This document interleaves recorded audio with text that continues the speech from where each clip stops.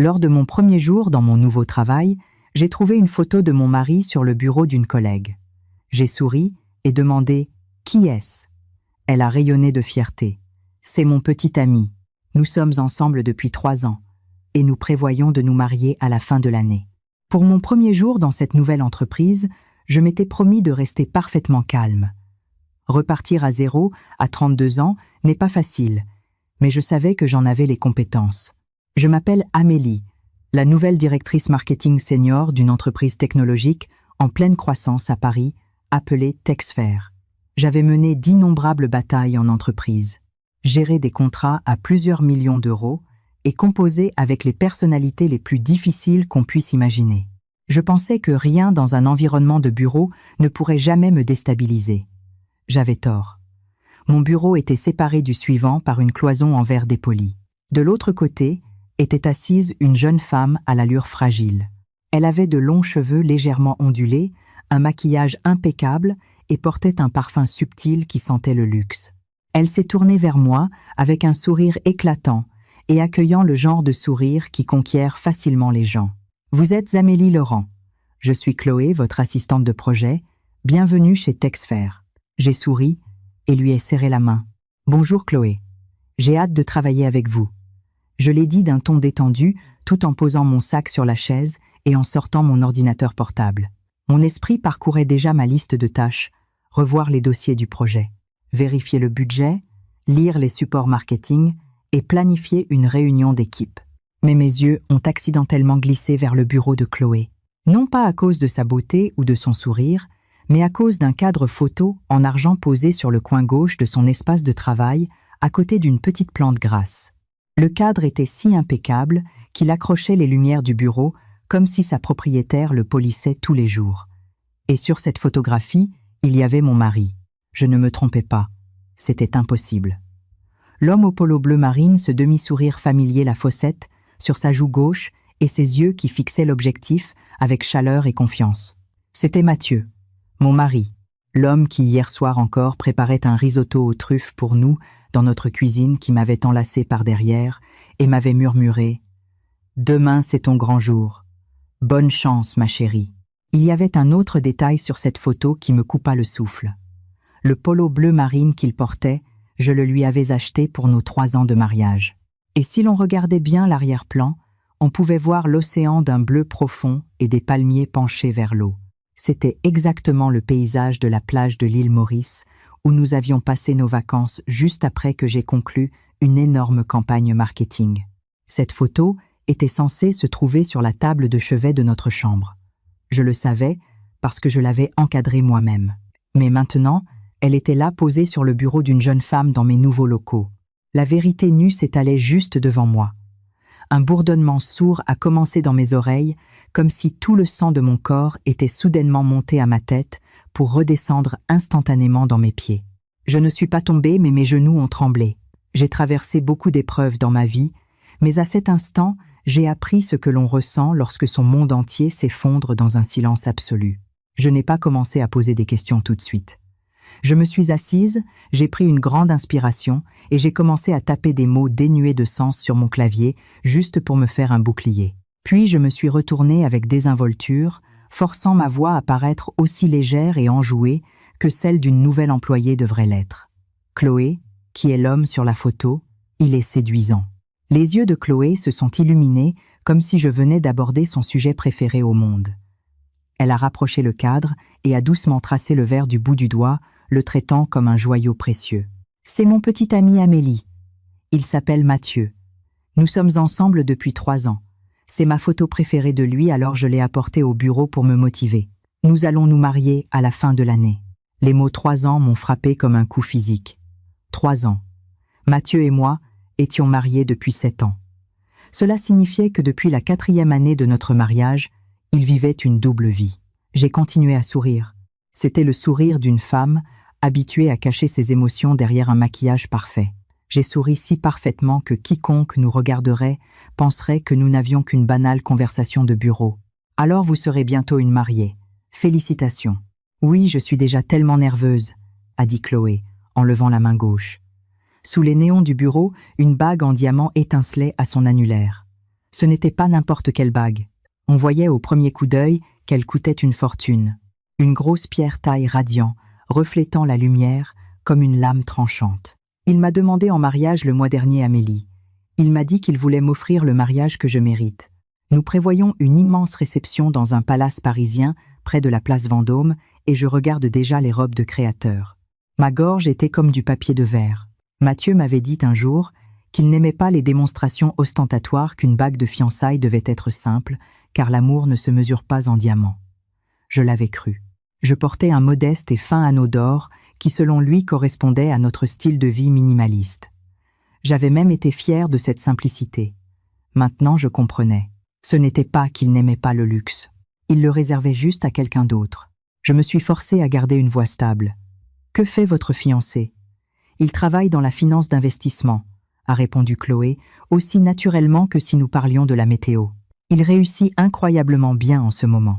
Il est toujours très occupé, donc il rentre souvent tard le soir, mais il prend tellement bien soin de moi. » Je l'ai répété dans ma tête. Mathieu Laurent, mon mari, l'homme qui hier encore m'avait dit qu'il était débordé par un gros projet cette semaine et qu'il rentrerait tard. L'homme qui avait embrassé mon front ce matin avant de quitter notre appartement. Je me suis entendu poser la question suivante. Ma voix était même teintée de la juste dose de curiosité polie. « Où vous êtes-vous rencontrés ?» À un séminaire de l'industrie à Cannes. Il était l'un des conférenciers invités et je suis allée le voir après pour avoir ses coordonnées, a dit Chloé, rayonnante, comme une fille racontant un conte de fées. Il était très sur la réserve au début, mais j'ai persévéré, et il a fini par céder. Il m'a dit que j'étais celle qui lui avait enfin donné envie de se poser. L'expression se poser a résonné comme une blague cruelle et tordue. Parce que j'étais sa femme, celle avec qui il avait déjà choisi de se poser avec un certificat de mariage à l'appui. J'ai cligné des yeux une seule fois pour refouler les larmes qui menaçaient de couler. J'ai repensé à toutes les fois où il avait utilisé des réunions tardives comme excuse au texto, disant qu'il était coincé au bureau, au week-end, où il prétendait avoir des voyages d'affaires de dernière minute.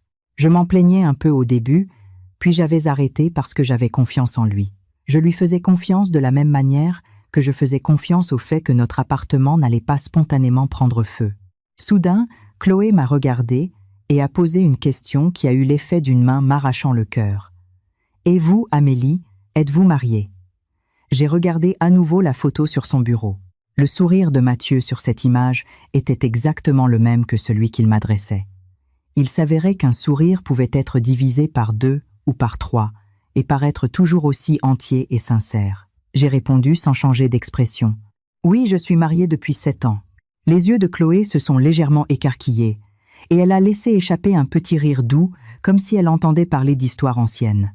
« Waouh, 7 ans, c'est long. Je parie que votre relation est super calme et routinière maintenant. J'ai entendu dire qu'après 7 ans, on se lasse facilement l'un de l'autre. » Elle l'a dit sans une once de méchanceté, mais chaque mot était une lame de rasoir tranchant ma peau. Je n'étais pas en colère contre elle. J'étais en colère contre le destin tordu qui m'avait placé dans cette situation exacte. Cette fille ne savait absolument rien, bavardant innocemment de la crise de la 7e année, pendant que j'étais assise au milieu d'un open space forcé de jouer mon rôle à la perfection. J'ai hoché la tête, offrant un sourire crispé. Calme et routinière. C'est une autre forme de bonheur. Le plus important, c'est le respect et la loyauté. Tellement vrai, a approuvé Chloé en se tournant vers son écran. Je me suis reconcentrée sur mon ordinateur portable, moi aussi.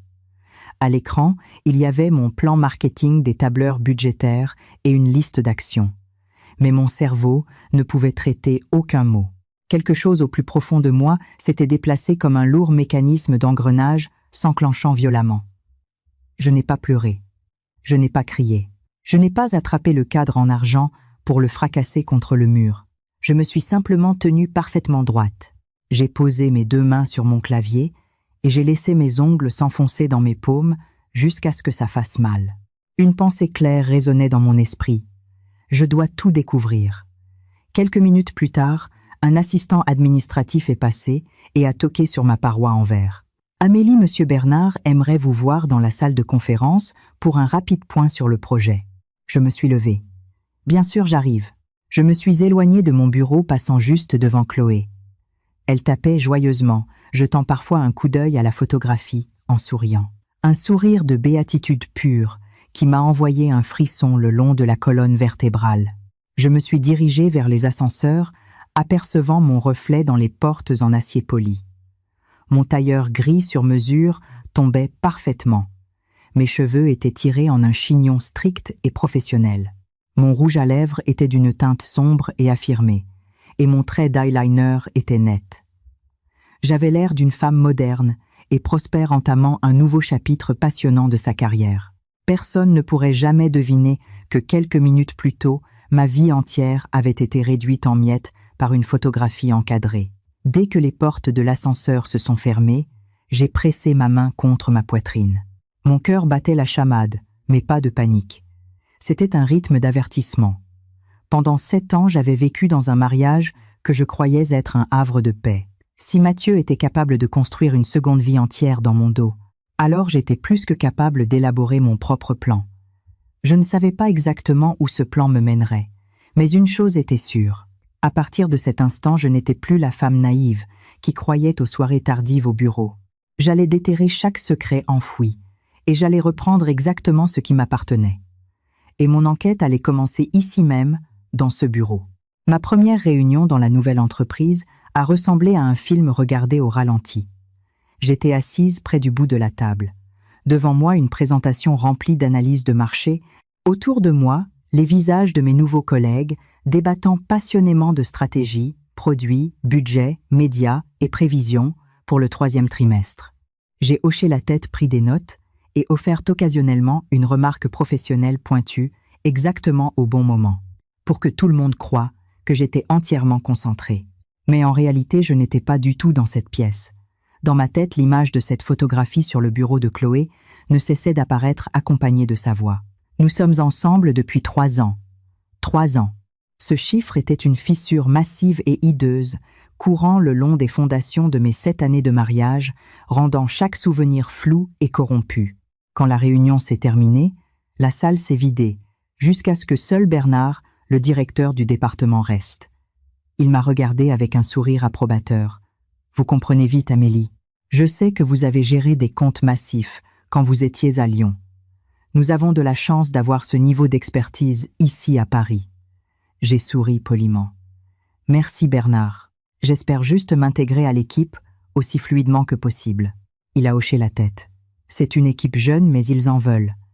D'ailleurs, nous avons un nouveau consultant en investissement d'une de nos entreprises partenaires qui va bientôt passer. Un contact très important. Vous serez probablement amené à coordonner avec lui le prochain lancement. Je n'y ai pas prêté plus d'attention. C'était une procédure standard en entreprise, mais j'ai demandé par politesse « Quand arrive-t-il » ? Sûrement la semaine prochaine. Je ne l'ai pas encore rencontré personnellement. Je n'ai entendu que de bonnes choses de la part de la direction. J'ai hoché la tête, attrapé mon carnet et je suis sortie de la salle de conférence. Une fois dans le couloir, j'ai réalisé que je serrais mon carnet en cuir si fort que mes jointures étaient blanches. J'ai forcé ma main à se détendre et j'ai pris une lente et profonde inspiration. Mon esprit s'était verrouillé sur un seul objectif, la vérification. Non pas parce que je m'accrochais à l'espoir pathétique et désespéré que tout cela n'était qu'un malentendu. Je savais que je ne me trompais pas, mais j'avais besoin de savoir exactement jusqu'où allait la pourriture.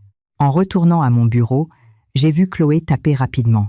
La photographie trônait silencieusement dans le coin de son espace de travail, merveilleusement inconsciente qu'elle venait de faire exploser la réalité d'une autre femme. Je me suis assise et j'ai ouvert mon ordinateur, mais mes yeux ont inévitablement glissé vers son côté de la cloison. Chloé m'a surprise en train de regarder et a souri. « Amélie, quelques-uns d'entre nous vont déjeuner dans une super petite brasserie au bout de la rue. Vous voulez vous joindre à nous ?»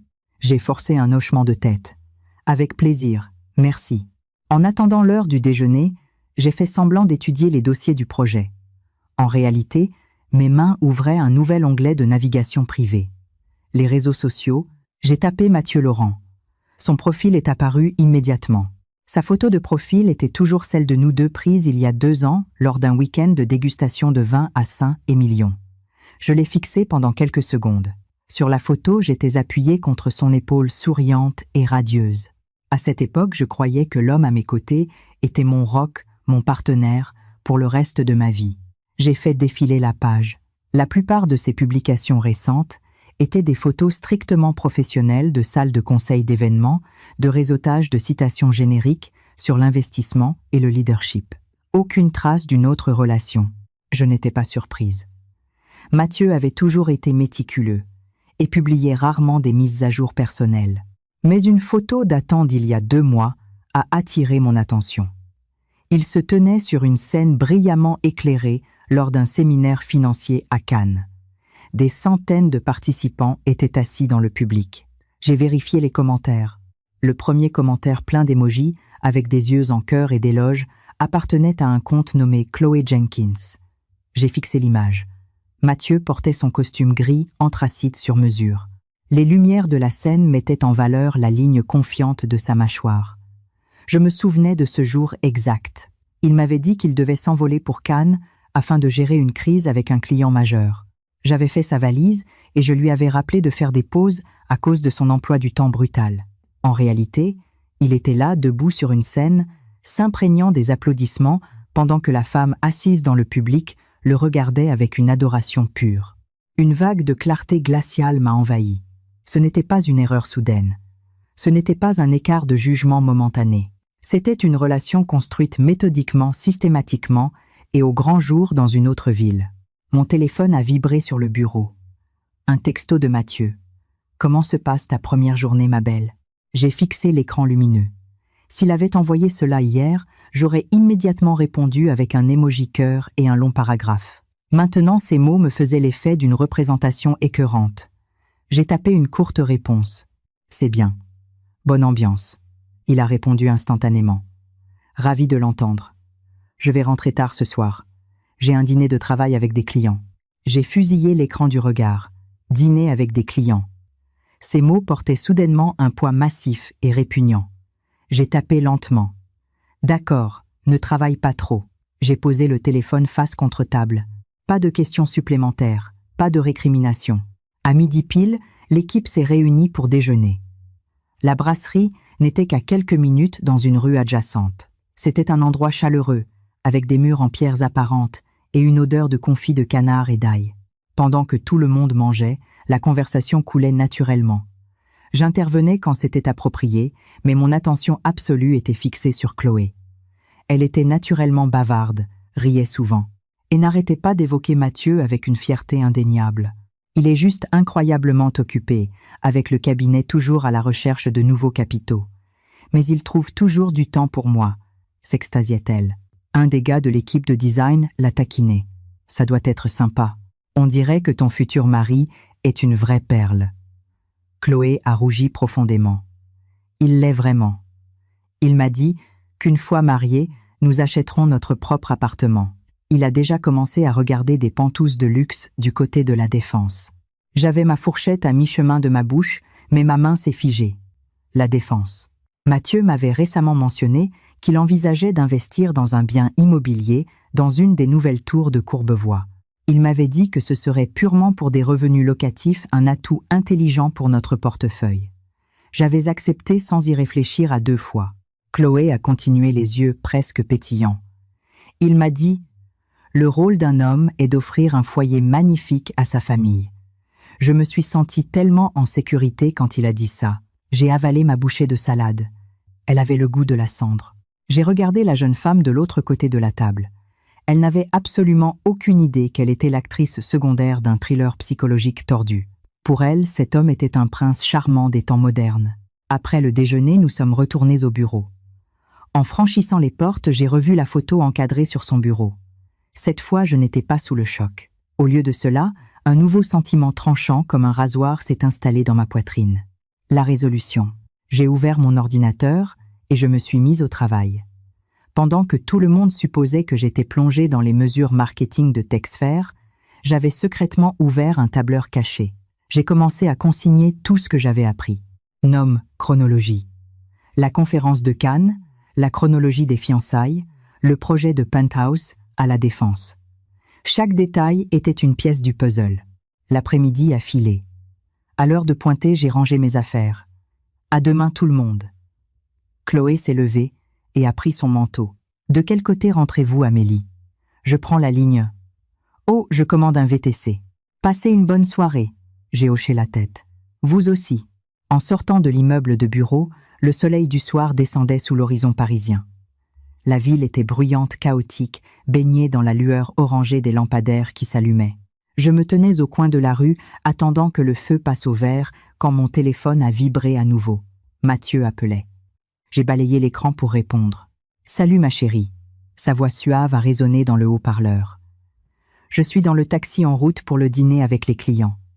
Ne m'attends pas pour manger. » J'ai regardé le flux incessant des phares qui défilaient. « D'accord », ai-je dit d'une voix parfaitement égale.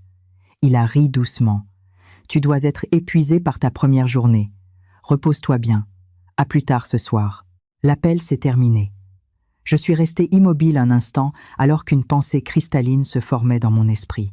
S'il avait réussi à gérer une double vie dans mon dos pendant 3 ans, les petites vérités que j'avais découvertes aujourd'hui n'étaient que la partie émergée de l'iceberg. J'ai hélé un taxi. Alors que la voiture filait vers le centre, j'ai ouvert mes contacts et fait défiler jusqu'à un nom spécifique, Sophie, avocate. J'ai fixé le nom pendant plusieurs pâtés de maison avant de verrouiller mon écran. Je savais que je n'avais pas besoin de précipiter les choses. Mais je savais aussi qu'à partir d'aujourd'hui, j'allais tout amasser. Preuve, chronologie, relevé financier, tout. Parce que si mon mariage était bâti sur un mensonge, il était hors de question que je reparte les mains vides. Mon histoire ne faisait que commencer.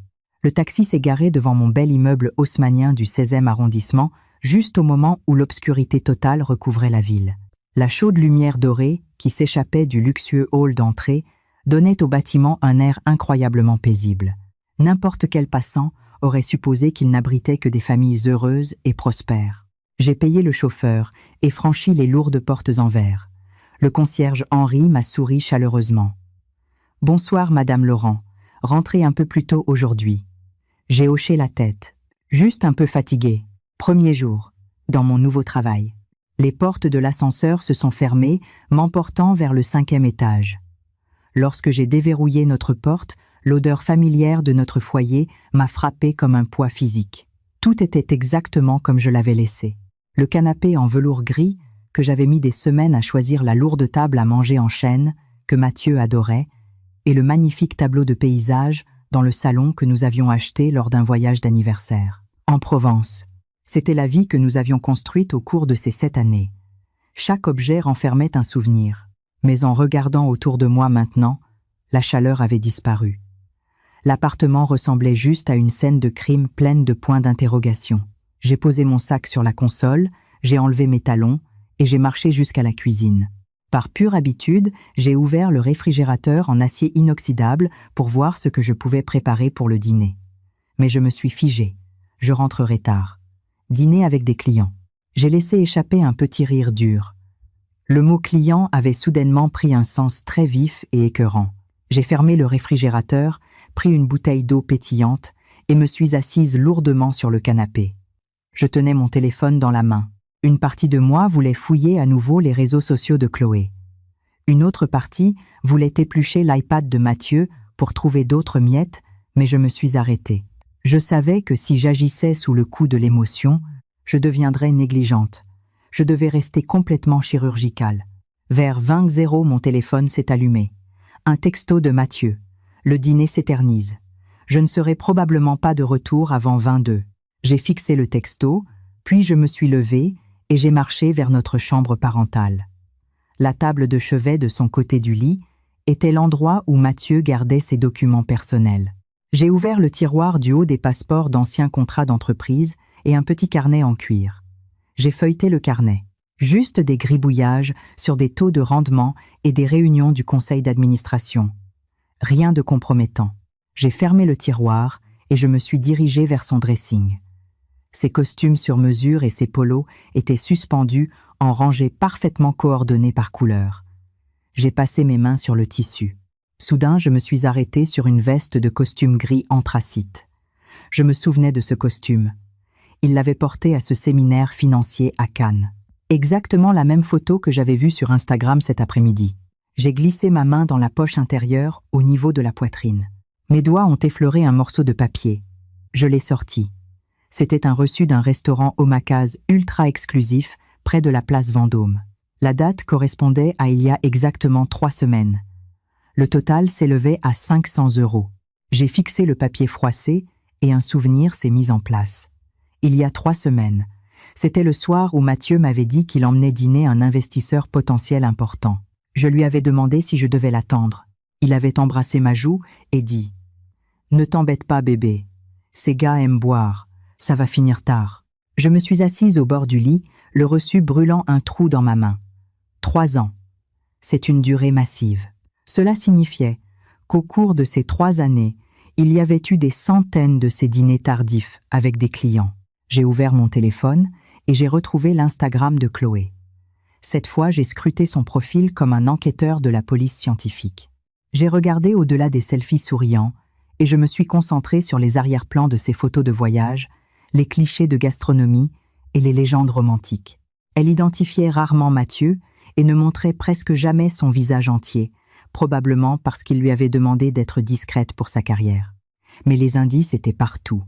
Une photo d'un cappuccino sur une table en marbre, posée à côté une montre Rolex pour homme, la Rolex exacte que je lui avais achetée pour son 35e anniversaire. Une photo de 2 verres de vin rouge trinquant. Dans le coin du cadre, la main d'un homme reposait sur la table. L'alliance en or simple et minimaliste Cartier, à son doigt, était reconnaissable entre mille.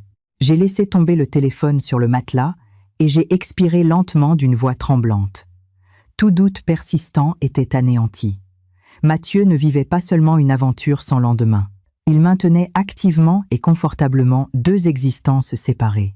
À 22h30 précise, j'ai entendu la porte d'entrée se déverrouiller. Mathieu est entré ayant exactement l'air de d'habitude. Il a enlevé son pardessus, l'a accroché dans le placard de l'entrée et a marché jusqu'au salon, s'arrêtant quand il m'a vue assise, silencieusement dans la pénombre. « Hé, tu es encore réveillée ?» J'ai secoué la tête. « Je t'attendais. » Il a souri ce même sourire charmant et s'est approché pour me masser les épaules. « Comment s'est passée la fin de ta première journée ?» Je l'ai regardé droit dans les yeux. C'était bien, productif. Il a hoché la tête et est allé dans la cuisine se servir un verre d'eau.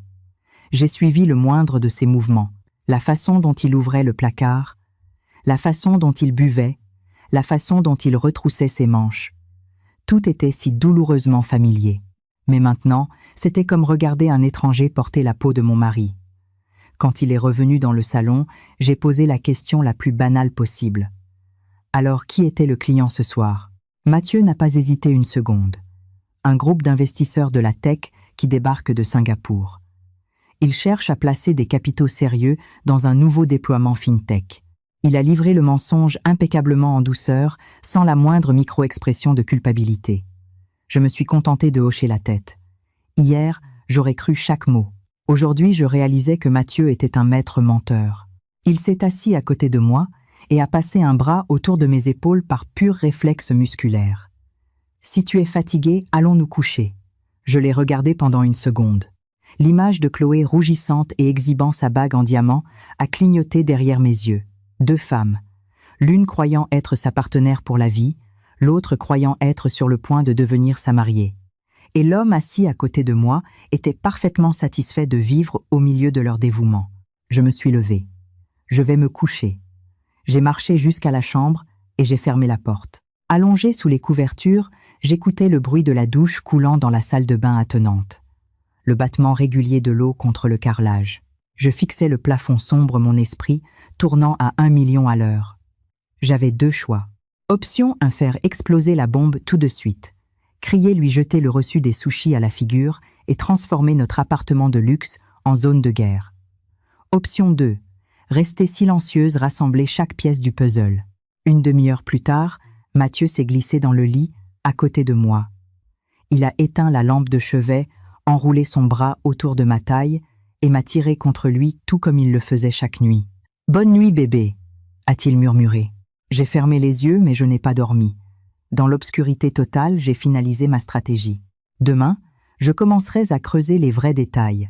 Son calendrier d'entreprise, l'historique des transactions de nos comptes joints et chaque réunion client qu'il prétendait avoir eue. car si Mathieu avait eu la patience de se cacher dans l'ombre pendant 3 ans, j'avais la patience de traîner chacun de ses secrets en pleine lumière. Et quand la vérité éclaterait enfin, c'est moi qui tiendrais le détonateur. Le lendemain matin, je me suis réveillée plus tôt que d'habitude. Le ciel au-dessus de Paris était encore d'un gris brumeux et meurtri, les premiers rayons de soleil commençant à peine à frapper les toits en zinc. Mathieu dormait encore à côté de moi, sa respiration profonde et régulière. Son bras lourd était drapé paresseusement sur ma taille. Pour n'importe qui d'autre, c'était l'image du bonheur conjugal. Mais pour moi, cette paix était étouffante. Je me suis doucement dégagée de son étreinte, je suis sortie du lit et je suis allée dans la salle de bain. Mon visage dans le miroir semblait calme, mais mes yeux étaient plus durs, plus tranchants qu'ils ne l'avaient été depuis des années. Je me suis aspergé le visage d'eau glacée, laissant le choc réveiller chaque terminaison nerveuse. Quand je suis sortie de la salle de bain, Mathieu était assis se frottant les yeux. Ses cheveux étaient en bataille et il m'a adressé un sourire endormi. « Tu es debout tôt, bébé. » J'ai hoché la tête. Je dois arriver au bureau de bonne heure aujourd'hui pour préparer une réunion de stratégie. Il s'est étiré, s'est approché et a embrassé mon front. Le rituel de chaque matin. « Comment tu as senti l'équipe hier ?»« Ils sont bien », ai-je dit d'une voix fluide. Il a souri et s'est dirigé vers son placard. Je l'ai regardé choisir une chemise blanche impeccable. Chacun de ses mouvements était désormais soumis à mon examen intense. Je ne le regardais plus par amour. Je le regardais comme un prédateur étudiant sa proie. Il s'est retourné, boutonnant ses poignets. J'ai des présentations qui s'enchaînent aujourd'hui. Ça risque encore de finir tard ce soir. J'ai hoché la tête sans effort. D'accord. Part. Il n'a remarqué aucun changement dans mon attitude. Pourquoi l'aurait-il fait?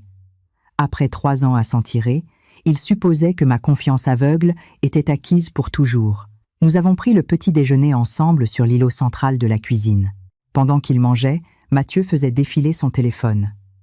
J'ai remarqué un léger sourire en coin étirant le bord de sa bouche alors qu'il lisait l'écran. « Qu'est-ce qui te fait sourire ?» ai-je demandé nonchalamment en sirotant mon café noir.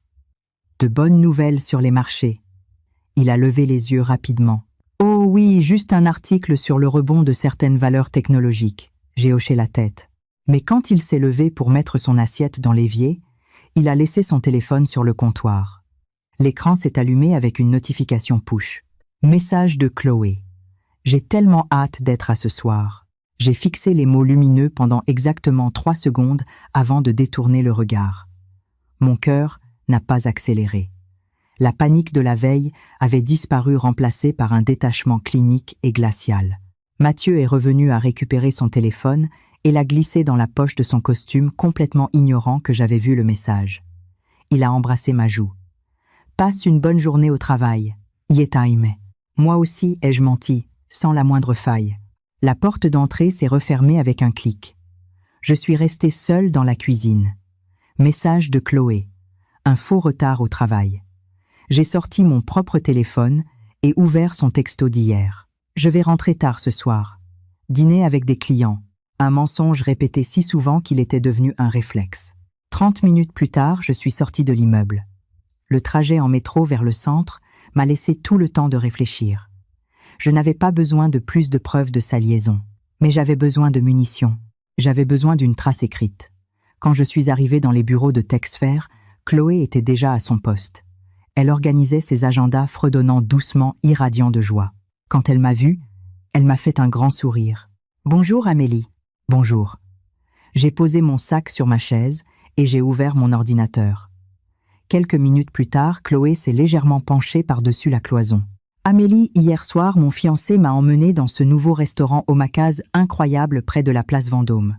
C'était irréel. » J'ai lentement levé les yeux de mon écran. « Vraiment, oui. » Il a dit que ça faisait longtemps qu'on n'avait pas eu de vrai rendez-vous en amoureux, alors il voulait me gâter. J'ai offert un mince sourire. « C'est très gentil de sa part. » Elle a gloussé. « C'est le meilleur. » J'ai ramené mes yeux sur mon écran. Le reçu de 500 € dans la poche de son costume. Tout s'emboîtait avec une perfection écœurante. La matinée s'est évanouie dans un flou d'emails et de réunions d'intégration. Mais ma vision périphérique restait verrouillée sur Chloé. Chaque fois que son téléphone vibrait, elle regardait l'écran et souriait comme une adolescente. Vers midi, elle s'est levée. Amélie, je descends au café du hall. Vous voulez un café glacé? Oui, s'il vous plaît. Merci. Dès que Chloé est entrée dans la zone des ascenseurs, j'ai jeté un coup d'œil à son bureau. Son téléphone était posé face vers le haut, à côté de son clavier. Je n'ai pas tendu la main, mais l'écran s'est illuminé avec un iMessage entrant Mathieu coincé cet après-midi. Je passe te prendre devant ce soir. J'ai rapidement ramené mon regard sur mon tableur en entendant le cliquetis de ses talons qui revenaient. Elle a posé le café glacé sur mon bureau. Et voilà. Merci Chloé. Elle s'est assise, a immédiatement pris son téléphone et j'ai vu ce sourire familier et lumineux s'étirer sur son visage. Un sentiment bizarre m'a envahi. Ce n'était pas de la jalousie. C'était une certitude absolue. Mathieu menait 2 chronologies parallèles. Quand la journée de travail s'est terminée à 10h00, j'ai fait exprès de traîner. Je me suis posté près des portes du hall, faisant semblant de répondre à un email urgent sur mon téléphone. 5 minutes plus tard, Chloé est passée devant moi, filant sur le trottoir bondé de Paris. Elle s'est tenue près du bord de la route, l'air dans l'attente. Une élégante Audi noire s'est arrêtée. La portière côté conducteur s'est ouverte et Mathieu en est sorti. Il portait sa chemise blanche, aux manches retroussées tenant les clés, avec ce charme sans effort. Chloé a pratiquement sautillé vers lui et a jeté ses bras autour de son cou. Je me tenais à moins de 15 mètres de là, derrière la vitre du hall, regardant chaque image du film. Mathieu s'est penché, lui a murmuré quelque chose qui l'a fait rire et a ouvert la portière passager pour elle. Ils sont partis dans la circulation parisienne. Je suis resté là pendant un long moment. Le moindre fantôme de déni que j'aurais pu entretenir s'était évaporé dans le smog de la ville. La vérité était crue indéniable et actuellement en train de rouler sur les champs Élysées. Mon mari et la fille, assises à 1 mètre de moi, jouaient au couple parfait, totalement ignorant du fait que je tenais toutes les cartes. Je me suis retourné et j'ai marché vers le métro. Le jeu a officiellement commencé, ai-je pensé. Et cette fois, je ne joue pas en défense. Je ne suis pas rentré directement à la maison ce soir-là. Après avoir vu Mathieu partir avec Chloé, j'ai pris un taxi vers le Marais. La ville passait à sa personnalité nocturne éclairée au néon, mais ce quartier semblait encore quelque peu ancré dans la réalité. J'ai trouvé un endroit pour garer mes pensées sur un banc des quais de Seine et je suis restée assise là un long moment. Les lumières de la ville se reflétaient sur l'eau noire, s'éclatant comme du verre brisé. 3 ans. Pendant 3 années entières, Mathieu avait financé, entretenu et vécu une vie séparée juste sous mon nez. Mon téléphone a vibré dans la poche de mon manteau. Mathieu. Le dîner avec les clients s'éternise. Ne m'attends pas. J'ai lu le texto verrouiller l'écran et remis le téléphone dans ma poche. Je n'ai pas répondu, non pas par colère, mais parce que répondre donnait l'impression de participer à une production théâtrale pathétique que j'étais prête à annuler. Je me suis levée et j'ai marché quelques rues jusqu'à un café tranquille près de la place des Vosges. C'était là que je retrouvais toujours Sophie, ma meilleure amie depuis l'université. Elle était la seule personne en qui j'avais une confiance absolue. Plus important encore, c'était une brillante avocate spécialisée en droit de la famille et protection du patrimoine. Quand j'ai franchi la porte, Sophie était déjà assise dans notre box habituelle, dans le coin sirotant un thé noir. Elle a levé les yeux, son regard perçant scrutant mon visage. « Amélie, c'est quoi ce texto d'urgence? Qu'est-ce qui se passe ?» Je me suis glissée sur la banquette en face d'elle. Le serveur a posé un café noir devant moi. J'ai regardé la vapeur s'élever dans l'air avant de finalement parler. « Sophie, je crois que Mathieu a une double vie. » Sophie n'a pas halté. Elle n'a pas lâché sa tasse. Ses instincts d'avocate se sont instantanément mis en marche. Elle a légèrement froncé les sourcils, redressant sa posture. « Tu en es sûre ?» J'ai hoché lentement la tête. Pas juste une aventure, une relation établie à long terme. 3 ans. Sophie a posé ses mains à plat sur la table. « Raconte-moi, depuis le début. » Je lui ai tout dit. Mon premier jour chez Texfer. La photo encadrée de lui à l'île Maurice, la bague de fiançailles en diamant, les textos, le reçu de l'Omakase et le fait de me tenir dans le hall il y a à peine 1 heure à le regarder venir là. Chercher. Sophie a écouté dans un silence absolu. Elle ne m'a pas interrompu une seule fois. Quand j'ai enfin terminé, elle a laissé échapper un souffle lent et lourd. 3 ans. Ouais. Sophie m'a regardé droit dans les yeux. C'est quoi l'objectif final ici, Amé? J'ai baissé les yeux sur mes mains. Je ne connais pas encore les étapes exactes, Mais une chose est absolue, quand tout ça va exploser, je ne repartirai pas perdante. Je ne le laisserai pas prendre ce qui m'appartient. Sophie s'est penchée en avant, sa voix baissant d'une octave. Tu parles du patrimoine. Oui. J'ai soutenu son regard. L'appartement haussmannien, les portefeuilles d'actions, les économies. Nous avons construit notre patrimoine ensemble. S'il a utilisé nos fonds communs pour financer cette vie de fantasme, j'ai besoin de le savoir. In the graven part. Sophie a fait un bref hochement de tête. Tu as parfaitement raison. Elle a fouillé dans son sac de créateur et en a sorti un élégant bloc-notes juridique. Dans des cas comme celui-ci, l'émotion est ton ennemi. Les preuves sont ta monnaie d'échange. Des preuves, exactement. Tu dois tracer 3 choses, a énuméré Sophie sur ses doigts. L'argent, le temps et la cohabitation. Vérifie ses cartes de crédit et vos comptes joints. Lui, a-t-il fait des virements? Le temps documente chaque dîner client et fais-les correspondre avec les réseaux sociaux de la fille. La cohabitation prouve qu'ils se présentent comme un couple. J'ai pris une gorgée de mon café. J'ai déjà commencé à le faire. Sophie s'est tue, me regardant avec un mélange de surprise et de profond respect. Tu es beaucoup plus calme que je ne l'aurais cru. J'ai esquissé un demi-sourire amer. Le choc est passé. Maintenant, ce n'est plus que de la logistique. Sophie a pris une gorgée de son thé. Est-ce que la fille sait que tu existes? Non. J'ai secoué la tête. Elle pense que c'est un célibataire. Elle est totalement convaincue qu'il est son prince charmant de fiancé. Sophie a soupiré. Alors c'est une victime dans tout ça, elle aussi. Je sais. Je me suis souvenu du sourire aveuglant et innocent de Chloé. Sophie a tapoté son stylo contre son bloc-notes, ce qui veut dire que tu dois être incroyablement prudente. Si Mathieu flaire, ne serait-ce qu'une seconde que tu l'audites, il appliquera la politique de la terre brûlée et détruira les traces écrites. Je ne le laisserai pas faire. Sophie a étudié mon visage pendant un long moment. Amélie, est-ce que tu vas vraiment bien? J'ai regardé par la fenêtre du café. Les Parisiens se pressaient sur le trottoir emmitouflés dans leurs manteaux, complètement ignorants de l'implosion de ma vie. Non, ai-je murmuré. Mais ça ira. Sophie a fermé son bloc-notes et l'a glissé dans son sac. Quand tu seras prête à frapper le coup de grâce, tu me donnes le feu vert. Je te couvre. Merci Sophie. Nous sommes restées assises dans un silence confortable pendant quelques minutes, encore avant de quitter le café. Quand j'ai badgé pour entrer dans mon immeuble, il était plus de 23 h. Mathieu n'était toujours pas rentré. J'ai marché dans le salon, plongé dans le noir. Je n'ai pas pris la peine d'allumer les lumières principales, et je suis allée directement dans le bureau de la chambre d'amis. J'ai ouvert mon MacBook personnel. Le fichier crypté que j'avais commencé la veille m'attendait. J'ai ajouté de nouvelles colonnes date-lieu. Alibis, anomalies financières. Chaque mensonge, chaque texto, chaque reçu était une pièce du puzzle. À 23h45, la porte d'entrée a cliqué. Mathieu est entré desserrant sa cravate, en soi l'air convenablement épuisé. « Hé, tu es couché tard », a-t-il lancé. Je suis sorti du bureau, fermant mon ordinateur portable derrière moi. Je finis juste de répondre à quelques emails.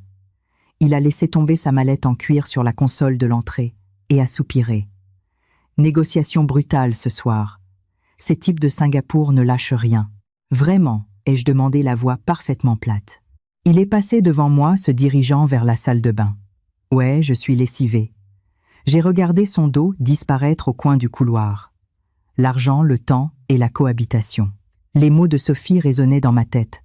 Ce n'était plus un mariage. C'était une partie d'échecs à enjeu très élevé, et je n'allais pas faire le moindre mouvement agressif avant de l'avoir acculée de toutes parts. Le lendemain matin, je me suis réveillée dans un lit vide. L'espace à côté de moi était froid, et un post-it jaune était collé sur mon téléphone sur la table de chevet. Petit-déj de travail tôt ce matin.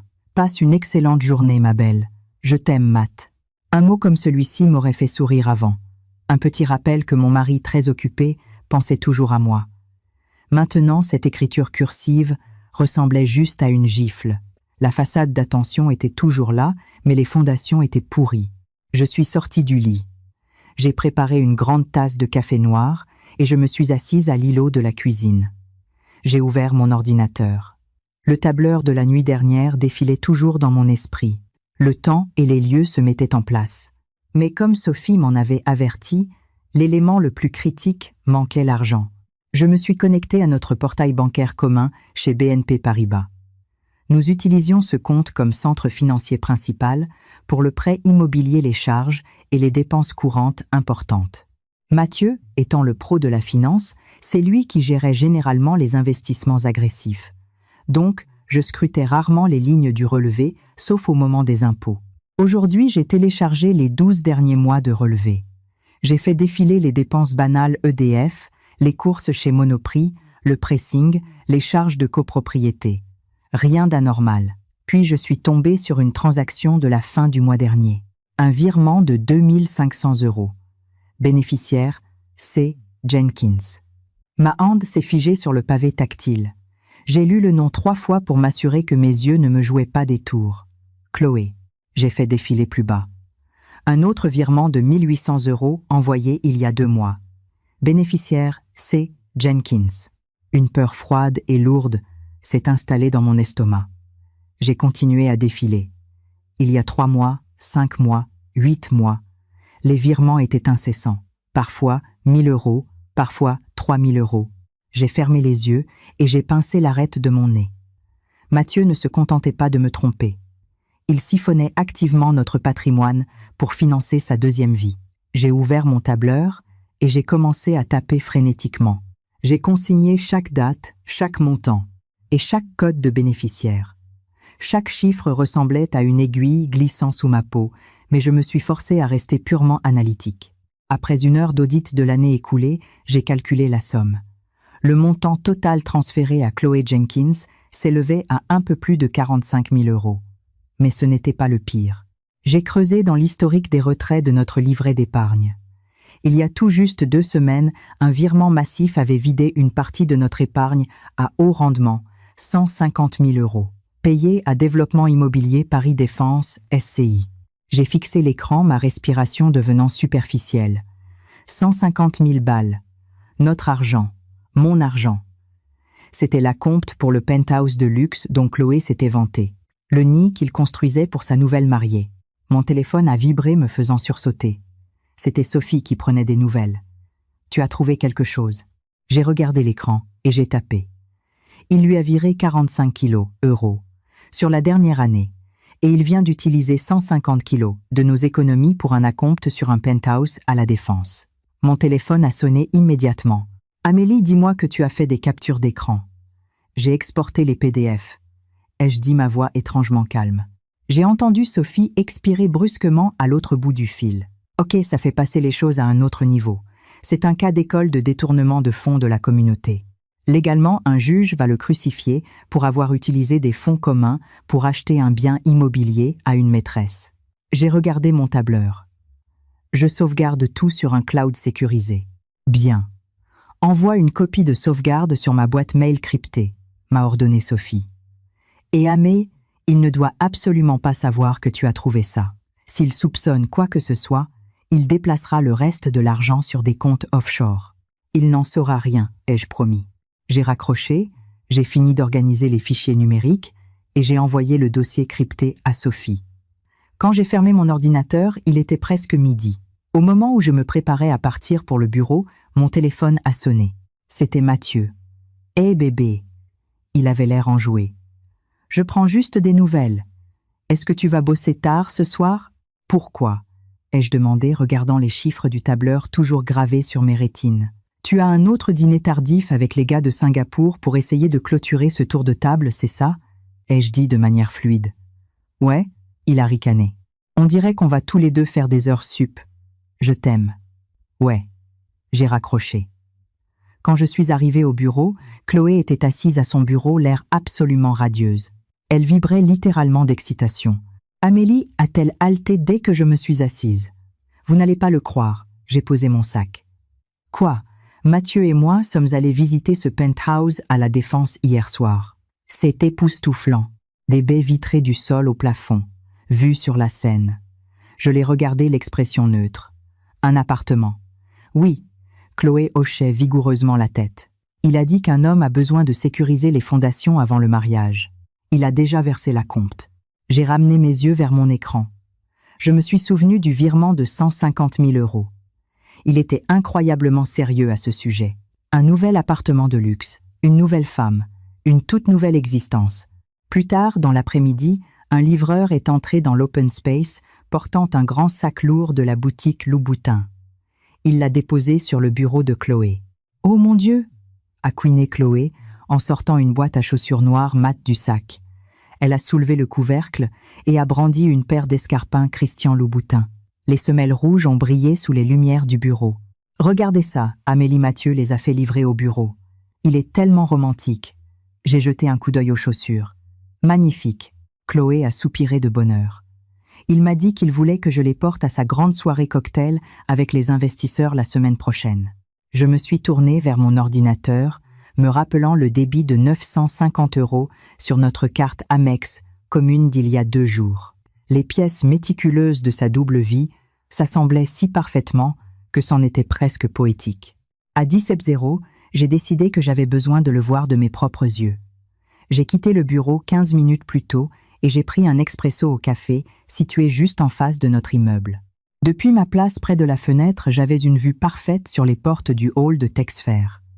À 17h15, Chloé est sortie et s'est tenue sur le trottoir. Quelques minutes plus tard, l'Audi de Mathieu s'est garé. Il est sorti souriant de ce sourire à 1 million d'euros. Chloé l'a pris dans ses bras et ils sont montés dans la voiture.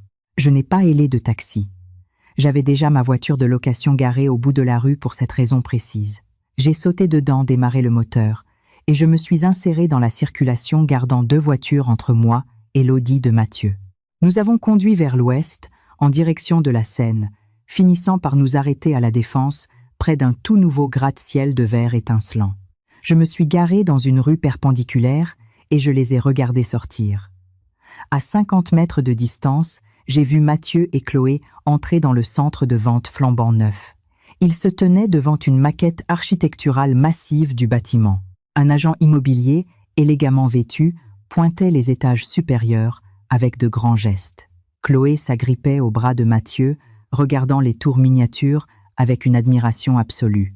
Mathieu avait posé sa main dans le creux des reins de Chloé, un geste d'intimité et d'appropriation qui m'a retourné l'estomac. L'agent a tendu une brochure sur papier glacé à Mathieu. Mathieu a hoché la tête avec assurance. Je me tenais derrière une structure d'échafaudage complètement cachée, et j'ai sorti mon téléphone.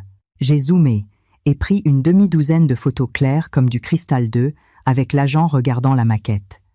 Je ne faisais pas ça pour me torturer. Je faisais ça pour construire une guillotine. 20 minutes plus tard, ils sont sortis, sont remontés dans l'Audi et sont partis. Je suis retourné lentement à ma voiture. Le ciel de Paris s'illuminait des millions de fenêtres brillant comme une grille géante. Mathieu pensait qu'il était l'architecte de son brillant nouvel avenir. Il n'avait aucune idée qu'il laissait derrière lui une traînée de poudre et que c'était moi qui tenais l'allumette. Quand je suis enfin rentré à l'appartement, Mathieu n'était pas encore là. J'ai allumé mon ordinateur, créé un nouveau dossier, intitulé « Immobilier Paris », et j'ai copié les photos de surveillance sur le disque crypté. J'ai ajouté une nouvelle ligne à mon tableur principal. Lieu centre de vente de la Défense. Preuve photographique. La salle de crise était pleinement opérationnelle. Les quelques jours qui ont suivi au bureau ont été une masterclass d'endurance psychologique. J'allais travailler, m'asseyais à 1 mètre de la maîtresse de mon mari et je l'écoutais raconter avec enthousiasme la destruction de mon mariage. Un matin, Chloé a fait rouler sa chaise ergonomique plus près de mon bureau. « Amélie, je peux vous demander votre avis professionnel sur un truc ?»« Bien sûr, de quoi s'agit-il » ai-je demandé sans détourner le regard de mon écran. Mathieu lance officiellement sa propre société d'investissement indépendante, a rayonné Chloé. Il essaie de boucler un énorme tour de table la semaine prochaine, lors de sa soirée avec les investisseurs. Je l'ai aidé avec le pitch deck marketing. Vous pourriez y jeter un œil. Je me suis figé pendant une fraction de seconde. Sa propre société. Ouais, il prend son indépendance pour lancer un fonds boutique. Elle m'a fièrement envoyé le fichier PDF par email. J'ai ouvert la pièce jointe. La diapositive de couverture présentait un logo moderne et épuré. M.C. Capital Partners. J'ai senti un frisson froid dans ma nuque. M.C. Mathieu et Chloé. J'ai fait défiler la déclaration d'intention et l'analyse de marché pour aller directement à la page de structuration de l'entreprise. Directeur général CEO, Mathieu Laurent. Directrice des opérations associée 20% du capital, Chloé Jenkins. J'ai fixé l'écran, mon sang se glaçant. L'argent qu'il siphonnait de nos économies n'était pas seulement pour un appartement ou des chaussures de créateur. Il utilisait les biens de notre communauté conjugale pour capitaliser une toute nouvelle entité d'entreprise et il avait donné à sa maîtresse de 24 ans 20% des parts de la société. J'ai lentement levé les yeux vers Chloé. Elle souriait, attendant mes éloges. « Qu'en pensez-vous » a-t-elle demandé avec empressement. J'ai fermé le PDF. Le design est très épuré. Il doit vraiment vous faire confiance pour vous intégrer dès le départ. La poitrine de Chloé s'est gonflée de fierté. Oui, il m'a dit que j'étais sa véritable partenaire en tout. Un sentiment amer et creux a résonné dans ma poitrine. Partenaire en tout. Je me demandais combien de fois Mathieu m'avait murmuré ces mêmes mots au cours des 7 dernières années.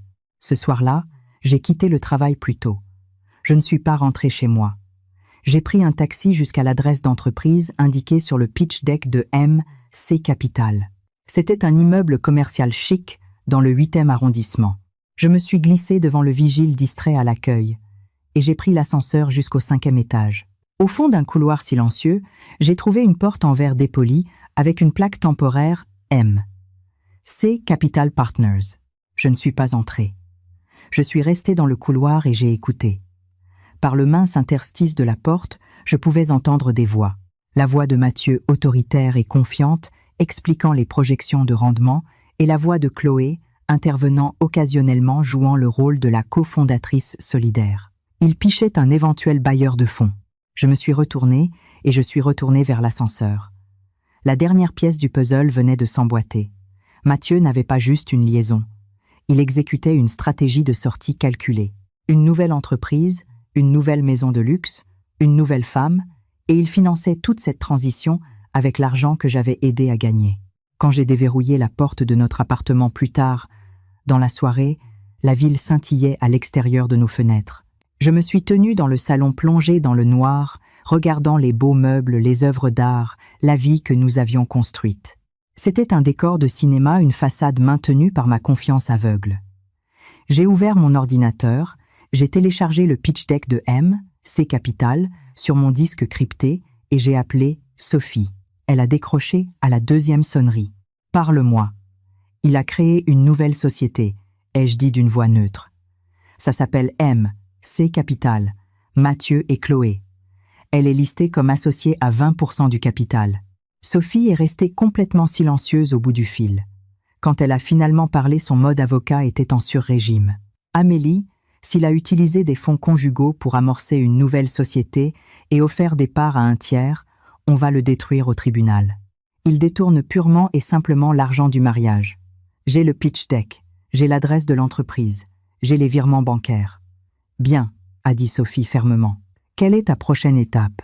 J'ai regardé par la fenêtre la grille infinie des lumières parisiennes. Je vais me présenter. Où ça? Il organise une grande soirée cocktail pour les investisseurs ce vendredi pour sécuriser son financement d'amorçage. Chloé y va en tant que cofondatrice et fiancée. Sophie a laissé échapper un petit sifflement. Une exécution publique. J'aime ça. Tu es sûre d'être prête pour les retombées? Je suis prête depuis mon premier jour chez Texfer, ai-je répondu. J'ai raccroché. À 22, Mathieu a franchi la porte d'entrée. Il avait l'air détendu, galvanisé par ses manigances secrètes. Il a enlevé sa veste de costume et est entré dans le salon s'arrêtant en me voyant assise sur le canapé. « Eh, tu es encore debout tard. » Je n'arrivais juste pas à dormir, ai-je dit doucement. Il s'est assis en face de moi, déboutonnant son col. « Mec, je suis débordée cette semaine. Comment se passent les nouveaux investissements ?» ai-je demandé en le regardant droit dans les yeux. Mathieu s'est figé l'espace d'une fraction de seconde, mais sa récupération a été impeccable. « Comment ça? Tu avais mentionné que tu regardais de nouvelles startups fintech. Comment ça avance ?» Il a laissé échapper un petit rire maîtrisé. « Oh ça! Ouais, ça se passe bien. Je bouge juste quelques pions sur l'échiquier. En fait, j'organise un petit cocktail de réseautage vendredi soir pour des partenaires potentiels. Oh, dans un hôtel. » Il a cligné des yeux. « Ouais, au Georges Fess. Juste un truc de finance ennuyeux. Ça a l'air important, ai-je dit doucement. Mathieu s'est penché en avant et s'est massé les tempes. C'est critique pour le 4e trimestre. J'espère qu'après la signature, les choses vont enfin se calmer et qu'on pourra prendre de vraies vacances. Juste tous les deux. J'ai hoché la tête dévisageant l'homme que j'avais épousé. Il n'avait absolument aucune idée que je m'étais tenu devant son bureau secret à peine quelques heures plus tôt. Il ne savait pas que j'avais lu son pitch deck auditer ses comptes bancaires ou que je l'avais photographié achetant un appartement pour une autre femme.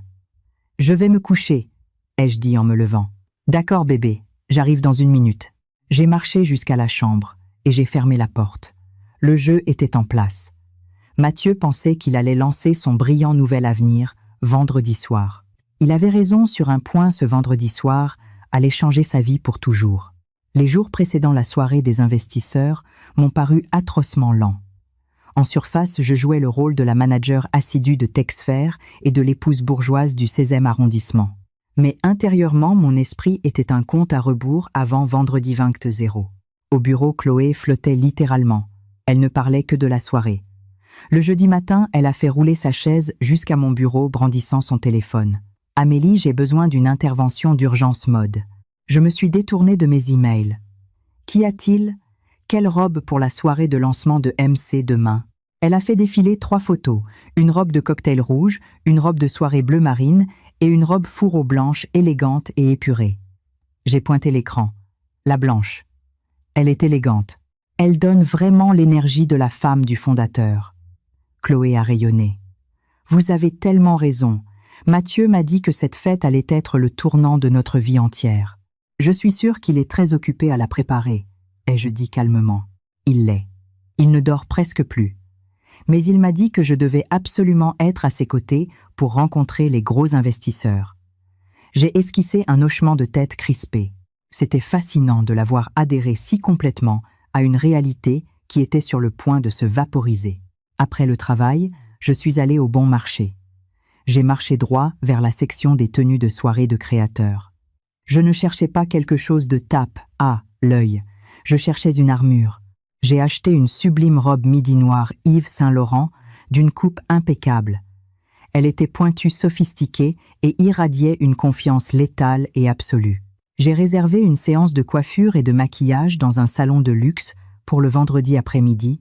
Quand je me suis regardée dans le miroir de la cabine d'essayage, la femme qui me fixait en retour n'était pas l'épouse trahie et larmoyante à laquelle Mathieu pourrait s'attendre. C'était la femme qui détenait tous les codes de lancement. Le vendredi est enfin arrivé. À 15h, Chloé a rangé son bureau avec un petit cri d'excitation. « Je pars plus tôt pour me préparer. Bon week-end, Amélie. »« Bonne chance pour ce soir, Chloé, » ai-je dit. Et je le pensais sincèrement. Elle allait en avoir besoin. J'ai quitté le bureau 1 heure plus tard, je suis allée au salon et je me suis préparée. À 19h30, j'étais assise à l'arrière d'un VTC noir qui s'arrêtait devant le Georges V. Les rues parisiennes étaient chaotiques. Mais alors que je franchissais les portes tambours en laiton de l'hôtel, le bruit de la ville s'est évanoui dans le bourdonnement feutré et onéreux de la vieille fortune. J'ai consulté le tableau indicateur des salons de réception privés et j'ai marché vers le salon Vendôme. Les lourdes portes en acajou de la suite étaient grandes ouvertes. À l'intérieur, la pièce baignait dans une chaude lumière ambrée. Des serveurs en veste blanche circulaient avec des plateaux de champagne. Une 40aine de personnes, de riches investisseurs des pontes de la tech et des cadres de la finance, étaient regroupés en petits cercles discutant amicalement. À l'avant de la pièce se trouvait un écran de projection affichant le logo élégant de MC Capital Partners. Et debout pile au centre de la pièce, tenant court avec un groupe d'investisseurs plus âgés, se trouvait Mathieu. Il était incroyablement séduisant dans un smoking bleu nuit sur mesure. Il riait dégageant une domination et un charme absolu. Debout, juste à côté de lui portant la robe fourreau blanche, se trouvait Chloé. Elle s'accrochait à son bras, le regardant comme s'il était un dieu. Je me suis tenue dans l'encadrement de la porte pendant 10 bonnes secondes observant la scène. Un membre du personnel de l'hôtel s'est approché de moi avec un porte-bloc. « Bonsoir, madame. Êtes-vous ici pour l'événement de MC Capital ?»« Oui, » ai-je dit de manière fluide. Il m'a tendu un badge vierge et un marqueur. « Si vous pouviez juste remplir ceci, » J'ai pris le feutre et j'ai écrit 2 mots en lettres grasses et délibérées, Amélie Laurent. J'ai retiré la pellicule, l'ai collée sur ma robe noire et je suis entrée dans la pièce. Au début, personne ne m'a remarqué. La musique jazz jouait doucement et les verres trinquaient. J'ai marché lentement vers le centre de la pièce, attrapant une flûte de champagne sur le plateau d'un serveur qui passait. Puis Mathieu a tourné la tête. Ses yeux ont balayé la foule et se sont verrouillés sur moi. En une fraction de seconde, le PDG charismatique et confiant a disparu. Toute la couleur a quitté son visage.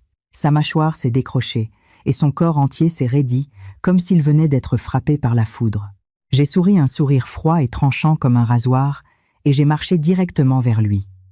Les investisseurs avec qui il parlait ont remarqué sa soudaine paralysie et se sont tournés pour suivre son regard. Chloé s'est tournée aussi. Amélie a haleté Chloé, les yeux écarquillés par le choc. « Qu'est-ce que vous faites ici ?» Je me suis arrêtée exactement à 1,2 m. J'ai regardé Chloé, puis j'ai déplacé mon regard vers Mathieu. « Est-ce que tu ne vas pas nous présenter Mathieu ?» Ma voix était parfaitement modulée, calme, polie, mais assez forte pour que le cercle immédiat puisse l'entendre. Mathieu n'arrivait pas à parler. Sa bouche s'est ouverte, mais aucun son n'en est sorti. Chloé a regardé frénétiquement de l'un à l'autre. « Attendez, Amélie, vous connaissez Mathieu ?» Je me suis tournée vers la jeune fille naïve qui s'était assise à côté de moi pendant des semaines. « Oui, Chloé, je le connais très bien. » Le silence dans notre petit cercle s'est soudainement fait lourd. Les conversations environnantes ont commencé à s'éteindre alors que les gens percevaient la tension. Mathieu a finalement retrouvé sa voix, bien qu'on eût dit qu'il s'étouffait avec du verre pilé. « Amélie, s'il te plaît, sortons d'ici. » Sortir. J'ai pris une gorgée de mon champagne. « Pourquoi tu as organisé cette magnifique soirée pour lancer ton nouveau projet? Tu as invité tes investisseurs, tes partenaires. Tu as même invité ta maîtresse, mais tu as oublié d'inviter ta femme. » Le mot « femme » est tombé dans la pièce comme une grenade dégoupillée. Un silence absolu et étouffant s'est abattu sur le salon Vendôme. La musique jazz a semblé s'évanouir. Des dizaines de paires d'yeux se sont braqués sur nous. Chloé s'est figée, son visage devenant d'un gris cendré. Sa main a glissé du bras de Mathieu comme s'il avait pris feu. « Femme !» Sa voix tremblait violemment. « Mathieu, de quoi est-ce qu'elle parle ?» Je ne l'ai pas laissé répondre. Je me suis tournée vers le groupe de riches investisseurs qui se tenait juste à côté de nous. « Bonsoir, messieurs. Je m'excuse d'interrompre le pitch. Je suis Amélie Laurent, la femme de Mathieu, depuis 7 ans. » Un investisseur plus âgé dans un costume gris sur mesure a froncé les sourcils profondément en regardant Mathieu. « Mathieu, est-ce que c'est vrai ?» Mathieu avait l'air d'un animal pris au piège. La sueur perlait sur son front. « Écoutez, c'est une affaire personnelle et privée. Ça n'a rien à voir avec l'entreprise. » « En fait, ça a tout à voir avec l'entreprise. » Ai-je coupé net, ma voix portant à travers la pièce silencieuse. J'ai fait un geste vers le logo de M. C Capital sur l'écran. Avant que quiconque ne fasse un chèque ce soir, vous devriez probablement savoir que le capital d'amorçage de cette société a été détourné de nos économies conjugales communes. Un murmure collectif de stupeur a parcouru la foule. Chloé hyperventilait. Elle a fait un pas en arrière, ses mains couvrant sa bouche. « Tu m'as dit que tu étais célibataire. Tu m'as dit que tu voulais m'épouser ?» Mathieu a tendu la main vers elle. « Chloé bébé, s'il te plaît, laisse-moi t'expliquer. »« Expliquer quoi ?» ai-je demandé sèchement. J'ai ouvert ma pochette et j'ai sorti une pile pliée de relevés bancaires. Je les ai jetés sur la table à cocktail, juste devant les investisseurs. Ce sont les virements bancaires.